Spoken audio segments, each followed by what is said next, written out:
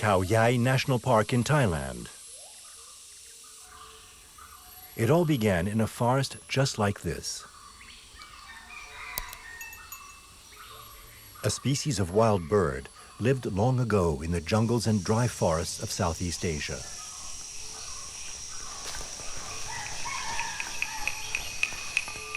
These birds inhabited a huge area stretching from the foothills of the Himalayas as far north as China and as far south as Indonesia. Far from humans, the chicken's ancestors lived in total freedom. About 10,000 years ago, the destiny of these birds changed. As they got closer to humans, they gradually became less wild. The process of domestication had begun. Today, descendants of these birds still roam the forest. Red Jungle Fowl.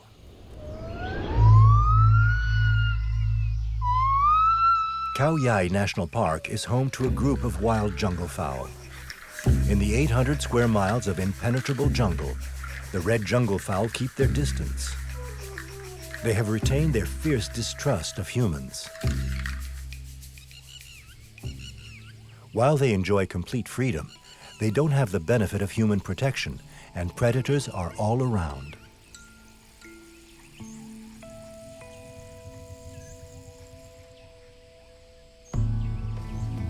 This Siamese crocodile wouldn't turn his nose up at a jungle fowl for lunch. Fortunately, red jungle fowl are much better at flying than domestic chickens.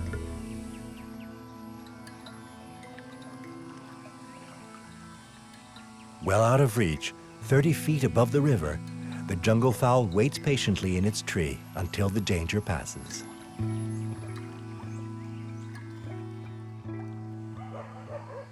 For farmers who live on the edge of the park, jungle fowl are a ghostly presence. Though rarely seen, they haunt the local hen houses. In Banja Chan's farm, they have even left behind some evidence of their visits. Yes, I've already seen red jungle fowl come here. But you don't get a good look at them. They're very wary. As soon as I come out, they disappear. But I'm sure that the jungle fowl have reproduced with my chickens because I had a rooster that crowed in a different way from the others. I'm sure that my chickens are mixed with wild chickens.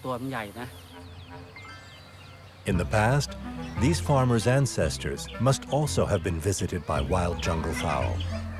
And perhaps it was a young girl, like Banja Chan's daughter, who took in a wandering chick and made chickens part of human history. Professor Eben Gehring, an evolutionary biologist at the University of Michigan, has spent years working on the mechanics of evolution in the domestication of chickens. Using a parabolic microphone, he records domestic roosters crowing in the Thai countryside.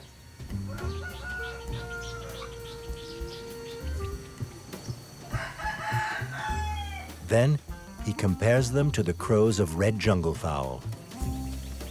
But to find the wild fowl, the biologist has an uphill battle.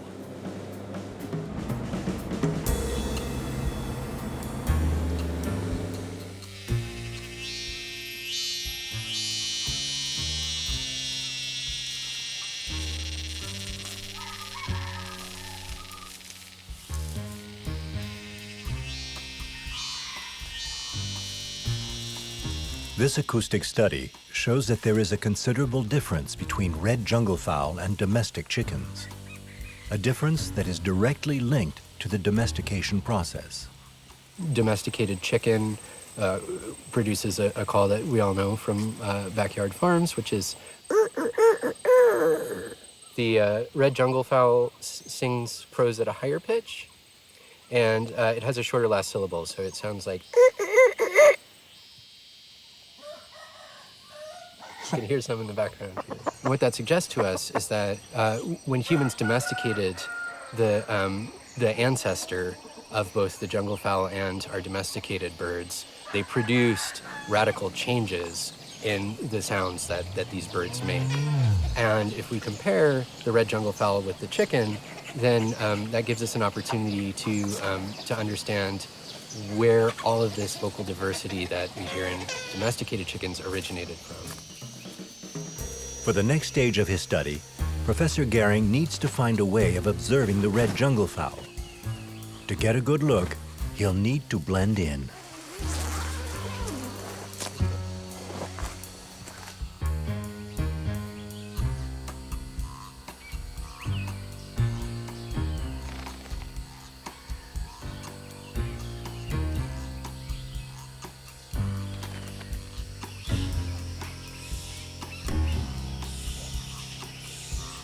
After waiting for hours, a flock of fowl finally appears.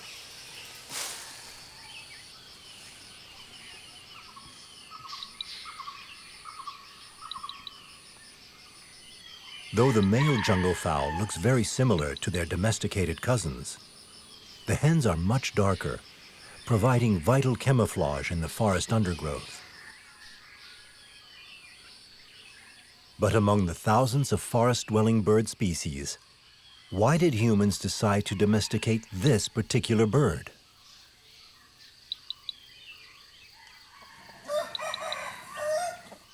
There are many features of the red jungle fowl that may have been important in domestication. An ability to adapt to different types of environment, an ability to very easily convert excess resources into growth and reproduction. Also, males in this species are extremely aggressive. The best available evidence from archaeology and anthropology suggests that the original domestication of the chicken may not have been for food production, but actually for sport fighting and fortune telling. The ability to adapt, their high metabolism, but above all their fighting skills and the fortune-telling innards, these attributes would confirm the destiny of this bird. Removed from their forests, the jungle fowl would become chickens, the first birds domesticated by mankind. Leaving their original home in Asia, domesticated chickens set out to conquer the world. The first wave of migrants headed east. Polynesians took them on board their pirogues. From island to island, they made their way across the Pacific Ocean until they reached Easter Island about 1,000 years ago. Some genetic studies even claim that chickens reached America 300 years before Christopher Columbus. The second wave headed west. Taking advantage of emerging trade routes, chickens invaded the Middle East. About 3,000 years ago, they reached Egypt. Then, about 500 years later, they arrived in Europe. In a space of a few thousand years, humans had introduced their trusty chickens to the four corners of the globe. And in the last decades, the fearless fowl even staked a claim to one of the few territories that remain chicken-free, the biggest city in the United States, New York.